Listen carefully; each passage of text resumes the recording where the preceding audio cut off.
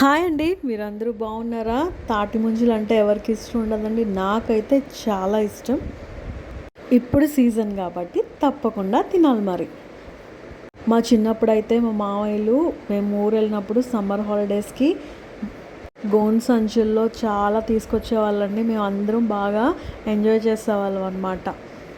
మా చిన్నప్పుడు అయితే సమ్మర్ హాలిడేస్లో అందరం కలిసి చక్కగా అమ్మమ్మ వాళ్ళ ఊర్లో బాగా ఎంజాయ్ చేసేవాళ్ళం అండి. అవన్నీ మంచి మెమరీస్ కదా. మరి ఇంకెందుకు ఆలస్యం, ఇప్పుడైతే మనం తాటి ముంజలు తెచ్చేసుకున్నాం కదా. సో లేతగా ఉన్నవైతే చాలా బాగుంటాయండి, స్వీట్గా.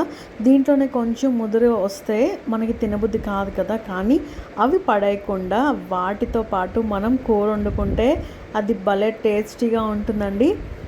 నాకైతే ఈ తాటి ముంజల్లో నీళ్ళు చాలా ఇష్టం అండి. మరి మీకు ఇష్టమో లేదో కామెంట్ బాక్స్లో పెట్టండి. మరి ఇప్పుడు ముదిరిపోయిన ముంజుల్ని పైన తొక్క తీసేసుకుని ఒక ప్లేట్లో తీసుకుందాం.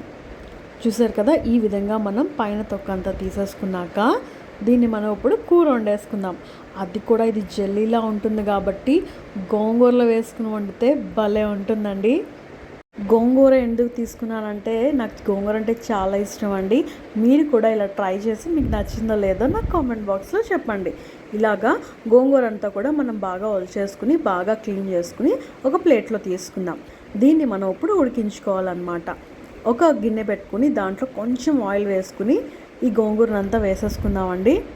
ఇదంతా హైలో పెట్టి చేయొద్దండి, సిమ్లో పెట్టి మూత పెట్టేస్తే గోంగూర అంతా కూడా బాగా ఈ విధంగా ఉడికిపోతుంది అన్నమాట.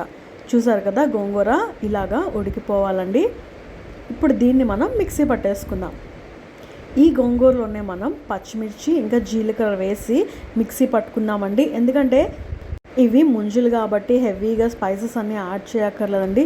సింపుల్గా మనం వేసుకుంటేనే దాని ఫ్లేవర్ అనేది బాగా ఎంజాయ్ చేయగలం అనమాట.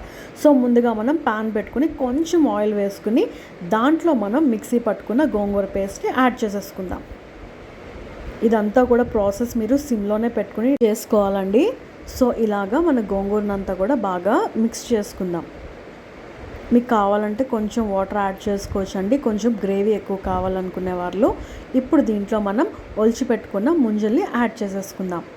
ఇప్పుడు దీన్ని బాగా గోంగూరతో కలిపి బాగా ఉడికించుకుందామండి. ఇది మనం ఒక 10 నిమిషాలు సిమ్లో పెట్టేసుకుని మూత పెట్టుకుని ఉడికించుకుంటే మన యమ్మీ గోంగూర ముంజల కూర రెడీ అయిపోతుందండి. మీరు ఒక్కసారి ఇలా ట్రై చేసి చూడండి, మీకు కూడా బాగా నచ్చుతుంది. ఇది ఎలా అయితే మనం రొయ్యలు గోంగూర చేసుకుంటామో ఆ టేస్ట్లోనే ఉంటుందండి. సో మీరు తప్పకుండా ట్రై చేయండి. సో ఇంకెందుకు ఆలస్యం, ఇప్పటి వరకు మన ఛానల్ సబ్స్క్రైబ్ చేసుకోకపోతే వెంటనే చేసుకోండి. ఇలాంటి యూనిక్ రెసిపీస్ కోసం. Until then bye. మరి